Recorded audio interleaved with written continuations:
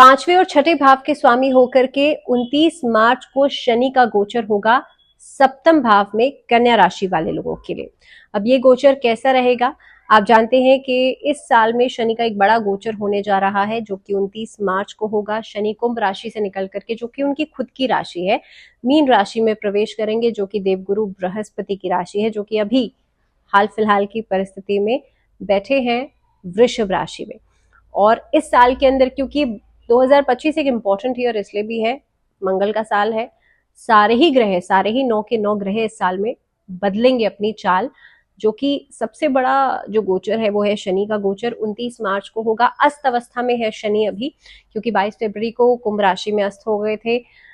अस्त अवस्था में ही ये गोचर होगा मीन राशि में। उसके बाद फिर से अपनी चाल बदलेंगे, उदित हो जाएंगे 31 मार्च को, और फिर उसके बाद ये वक्री हो जाएंगे जुलाई के महीने में। जुलाई के महीने में वक्री होकर के नवंबर के महीने तक वक्रत अवस्था में ही रहेंगे और फिर उदय होंगे, यानी कि डायरेक्ट होंगे। तो ये इस साल का एक सिनेरियो है 2025 का। हम बात कर रहे हैं कि शनि का ये गोचर, ये जो ट्रांजिट है, क्योंकि लंबे समय के बाद शनि चाल बदलते हैं, तो ये ट्रांजिट जो है मेष राशि वाले लोगों के ऊपर 7.5 की शुरुआत करेगा। मीन राशि वाले लोगों के ऊपर 7.5 का दूसरा चरण आएगा, और अगर हम बात करें कुंभ राशि वाले लोगों के ऊपर तो तृतीय चरण आएगा।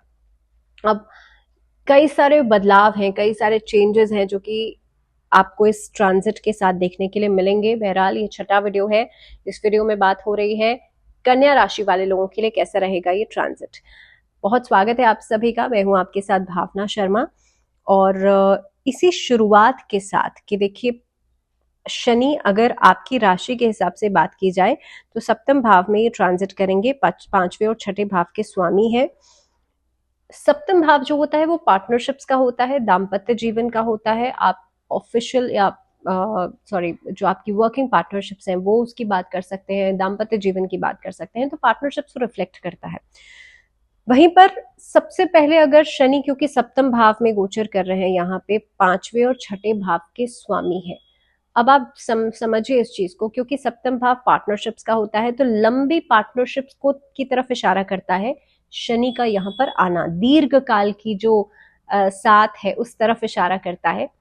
बहरहाल ये पार्टनरशिप वाले पार्ट को हम थोड़ा सा डिटेल में इसको डिस्कस करेंगे, लेकिन सबसे पहले अगर मैं बात करूं कि नौकरी पेशा लोगों के लिए कैसा रहेगा इस समय, तो देखिए अभी तक शनि का गोचर था छठे भाव में, जहां पर नौकरी के लिए आपको एक अपॉर्चुनिटीज मिल रही थी, लेकिन हो सकता है थोड़ी सी डिलेड अवस्था में हो। इस अवधि तक अपॉर्चुनिटी आपके सामने थी, लेकिन धीरे धीरे करके आ रही थी। यहां से आपके लिए दिखाई देता है कि आपको कामकाज के लिए, नौकरी के लिए अपॉर्चुनिटीज मिलेंगी, और जो देरी अभी तक हो रही थी उसमें एक सडन चेंज आपको दिखाई देगा। हालांकि ये सडन चेंज धीरे धीरे करके नॉर्मलाइज होगा और फिर इसी परिस्थिति को आप रीगेन कर लेंगे आफ्टर मे, क्योंकि मे के बाद राहु यहां से चले जाएंगे। तो ये जो चेंज है ये बहुत लंबे समय तक के लिए नहीं टिकेगा कन्या राशि वाले लोगों के लिए। दूसरी बात, अगर मैं व्यापार की बात करूं, व्यापारियों की बात करूं, तो जैसे मैंने कहा कि लंबी पार्टनरशिप्स, लंबी साझेदारी जो है वो दिखाई देती है शनि के सप्तम भाव में आने की वजह से। अब शनि क्योंकि एक स्लो मूविंग भी है और बहुत हैवी प्लैनेट भी है, कार्मिक आपको अनुशासन भी सिखाते हैं, तो इस अवधि के अंदर आप जो भी काम करेंगे अपने प्रिंसिपल्स के अकॉर्डिंगली करेंगे। आपके और आपके पार्टनर के बीच में एक तरह का ट्रांसपेरेंसी, एक पारदर्शिता जो है वो रहेगी, जो रिश्ते को लंबे समय तक चलाने के लिए कारगर रहेगी। नई पार्टनरशिप्स इस अवधि में बनेंगी, और जैसे मैंने कहा लॉन्ग टर्म पार्टनरशिप्स बनेंगी। दूसरी बात, व्यवसाय कारणों की वजह से यात्रा आप कर सकते हैं। यात्रा आपके लिए लाभप्रद रहेगी। जैसे ही शनि वक्री हो जाएंगे जुलाई के महीने में, यहाँ से चैलेंजेस आना शुरू होंगी। यहाँ से पार्टनर्स के साथ छोटी मोटी खटपट, छोटी मोटी मिसअंडरस्टैंडिंग्स, किसी ने कुछ कहा, किसी ने कुछ कहा, किसी तीसरे पर्सन की एंट्री, ये सब चीजें हो सकती है नवंबर के महीने तक। लेकिन अगेन फिर वही बदलाव। तो शनि का वक्री होना सप्तम भाव में इस तरफ इशारा करेगा, लेकिन हाँ ओवरऑल परिस्थितियां आपके लिए फेवरेबल रहेंगी। अब अगर बात की जाए कि लंबी प्लानिंग की, खासतौर पे जो लोग नया व्यापार शुरू करने के बारे में सोच रहे हैं, नया कोई कारोबार शुरू करने के बारे में सोच रहे हैं, आप लोग शुरू कीजिएगा एटलीस्ट 5 अप्रैल के बाद। और इस चीज के लिए तैयार रहेगा, क्योंकि अभी हाल फिलहाल की परिस्थिति में आप लोगों के लिए सप्तम भाव में 4 से 5 ग्रह रहेंगे, तो तैयारी रखिएगा इस चीज के लिए कि किसी न किसी वजह से कुछ चैलेंजेस लगे रहेंगे। और ये मुझे लगता है कि सभी राशियों के ऊपर है, क्योंकि शनि जिस राशि में आने जा रहे हैं ना, वहां पर ऑलरेडी बहुत खलबली मची हुई है। वहां पर पहले से ही सूर्य हैं, शुक्र हैं, राहु हैं, बुध हैं, और हर 2.5 दिन में चंद्रमा तो ट्रांजिट करते ही करते हैं। तो इसलिए 5 से 6 ग्रह का योग जो है वो बना हुआ है लगातार। तो जब तक कि मई का महीना नहीं आ जाता और राहु यहाँ से नहीं चले जाते, because Rahu is a planet of illusion, Rahu is a planet of cloudiness, तो जब तक कि राहु यहाँ से नहीं चले जाते, ये इम्पैक्ट जो है वो लगा रहेगा, उथल पुथल लगी रहेगी। आप जितना मर्जी सोच लीजिए मैं नया काम करूं, मैं आप जितना मर्जी सोच लीजिए नई प्लानिंग करूं, आप सोचेंगे बट वो प्लानिंग उतनी जल्दी पूरी नहीं हो पाएगी। तो इसीलिए बहुत स्लो एंड स्टडी ग्रोथ के साथ और उस एक्सपेक्टेशन के साथ भी, बिकॉज कई बार लोग स्लो एंड स्टडी ग्रोथ सोचते तो हैं लेकिन उम्मीद बहुत ज्यादा लगाते हैं, बिकॉज इनपुट उनका बहुत तेजी में होता है। अभी ये कर लिया, फिर वो कर लिया, एंड देन उसके बाद जो एक्सपेक्टेशंस हैं वो बढ़ना शुरू होती हैं। तो इसीलिए उम्मीदें भी कम ही लगाइएगा, ग्रेजुअली लगाइएगा, बिकॉज इन उम्मीदों की वजह से कई बार इंसान जल्दबाजी में बहुत गलत डिसीजंस लेता है। तो इसीलिए ओवर एक्सपेक्टेशन नहीं कीजिएगा। इस अवधि में बहुत धीरे धीरे करके चेंजेस होंगे और बहुत धीरे धीरे करके चेंजेस आपके फेवर में आएंगे। So this was the whole story about कि आपका जो व्यवसाय है, आपका जो बिजनेस है वो कैसे ग्रो करेगा, कब आपको शुरू करना है, कब नहीं करना है, और इनफैक्ट कब आपको ग्रोथ एक्सपेक्ट करनी है। सेकेंडली, इस साल का एंडिंग बिजनेस के लिए बहुत अच्छा रहेगा। लगभग अक्टूबर से लेकर के दिसंबर तक का फेज अच्छा रहेगा। नए प्रोजेक्ट्स आपके हाथ में आएंगे, ओवरसीज आप काम करेंगे, एक से ज्यादा काम प्रोजेक्ट्स के ऊपर आप काम कर सकते हैं, एक से ज्यादा चीजें आपसे पैसा आ सकता है। सो फाइनेंशियल ग्रोथ डेफिनेटली रहेगी इस साल भर में, और फाइनेंशियल ग्रोथ स्टेबिलिटी लाएगी आपके जीवन में, दिस इज फॉर श्योर। अब बात करते हैं, अगर देखिए इस साल भर के अंदर, अगर मैं साल की बात कर रही हूँ, 2025 की बात कर रही हूँ, जुलाई से लेकर के नवंबर तक का समय पारिवारिक जीवन के हिसाब से कैसा रहेगा। तो पारिवारिक जीवन में मतभेद हो सकते हैं। सप्तम भाव, क्योंकि सप्तम भाव यहाँ पर आपकी मैरिड लाइफ का भी होता है, उसके बारे में हम बात करेंगे, लेकिन अभी पारिवारिक जीवन के हिसाब से देखिए माहौल जो है ऐसे प्रभावित होगा कि फैमिली इश्यूज बढ़ेंगे। इस टाइम पीरियड में एक दूसरे से कहा सुनी, माइंडसेट का एक दूसरे से मैच ना करना, ये एक बड़ी प्रोबेबिलिटी हो सकती है चीजों में क्लैशेस की, कि आप जो सोच रहे हैं सामने वाला नहीं सोच रहा, और ये क्लैश का मुद्दा बन गया।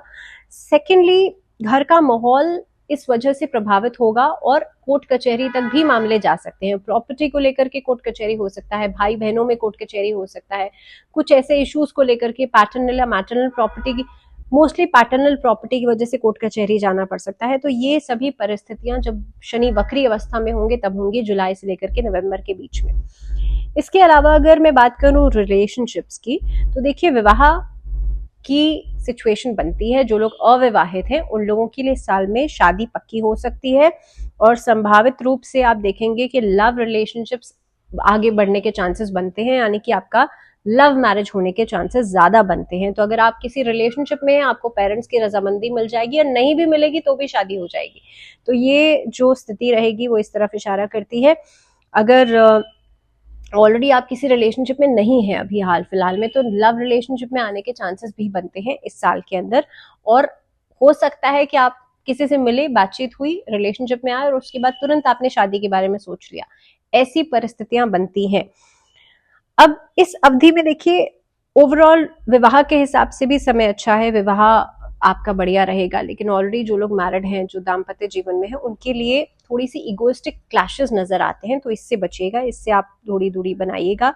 अगर आप इस अवधि में कर्जा लेने के बारे में सोच रहे हैं, कर्जा आप ले सकते हैं और बैंक से ऋण लेकर के आप कार्य कर सकते हैं, आपके लिए सक्सेसफुल रिजल्ट्स मिलेंगे।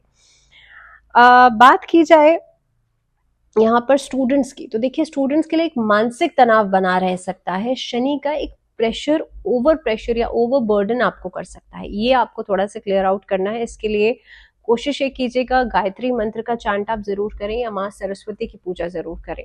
और मान लीजिए आपको ये करना मुश्किल लगता है, तो आप डेली आप भगवान गणेश को दूब घास, मोदक, या फिर आप एक इलायची अर्पित कर सकते हैं।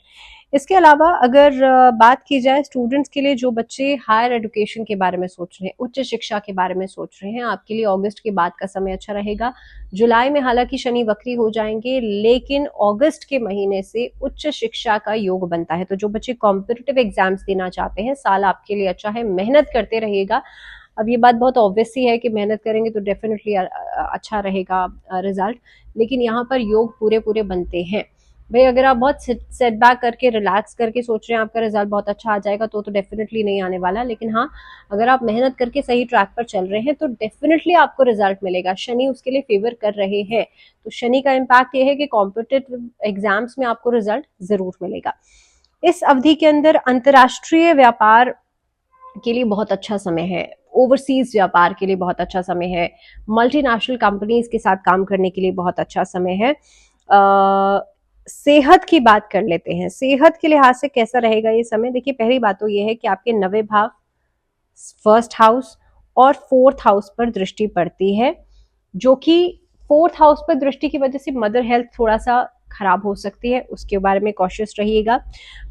आप काम करेंगे, फर्स्ट हाउस में दृष्टि की वजह से आप काम बहुत मेहनत से करेंगे, लेकिन थकाने वाला समय रहेगा, बहुत एंजाइटी हो सकती है, अचानक से किसी काम को कर लेने की वजह से बहुत थकान महसूस होगी, या फिर आप देखेंगे कि मानसिक शांति न मिल पाना एक बड़ी शिकायत रहेगी कन्या राशि वाले लोगों के लिए। तो इस चीज पर काबू करने के लिए क्या करना होगा, महामृत्युंजय मंत्र का चैंट जरूर कीजिएगा। देखिए मंत्रास के अंदर एक अलग तरह की मैजिकल पावर्स होती हैं, अगर आप जो मैं कह रही हूँ वो एग्जैक्टली करेंगे तो डेफिनेटली आपको रिजल्ट मिलेगा।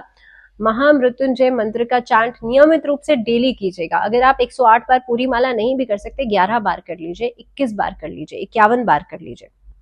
इसके अलावा 9वें भाव पर शनि की दृष्टि की वजह से आप आगे बढ़ेंगे, हर एक क्यू में आप आगे बढ़ जाएंगे। कहने का मतलब ये है कि कोई कॉम्पिटिटिव एग्जाम है, कोई कंपटीशन है, कोई ऐसी परिस्थिति है, उसमें आप आगे बढ़ने का मौका मिलेगा।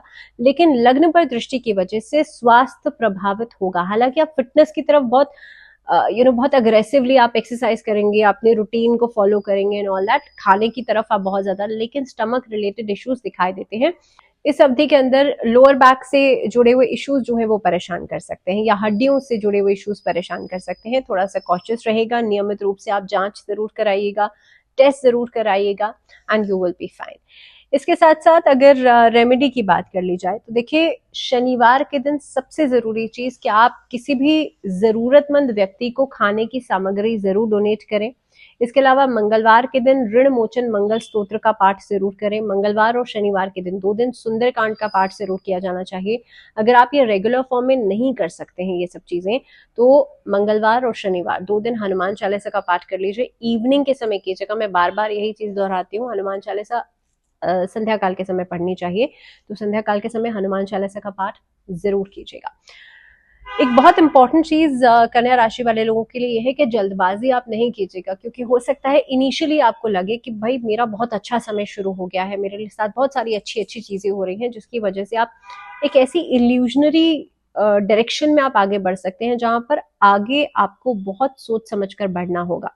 लेकिन क्योंकि शुरुआती समय में आपको सारी चीजें बहुत पॉजिटिव दिखेंगी, तो आप बहुत स्पीड में जाएंगे, तो वो स्पीड में जाने की वजह से फॉल बैक भी कर सकते हैं। तो जरूरी है सोच समझकर डिसीजन लीजिएगा। दूर से देखी गई चीजें कई बार बहुत दूर से ही अच्छी लगती हैं, वो पास जाने पे अच्छी नहीं लगती हैं। सो बी वेरी कॉशियस। जल्दबाजी में कोई भी फैसला, चाहे वो आपकी पर्सनल लाइफ से जुड़ा हो, आपकी प्रोफेशनल लाइफ से जुड़ा हो, नहीं लीजिएगा। And that is a caution statement जो कि आई थिंक वीडियो के एंड में देना जरूरी है। सो this was all for Virgo's के लिए फिलहाल इतना ही, दीजिए इजाजत। अगली वीडियो में हम बात करेंगे लिब्रा यानी कि तुला राशि वाले लोगों के लिए कैसा रहेगा शनि का पूरा ट्रांजिट, शनि का ये गोचर। फिलहाल दीजिए इजाजत, जुड़े रहिए चैनल के साथ। टिल द नेक्स्ट वीडियो ध्यान रखिए अपना, और नमस्कार।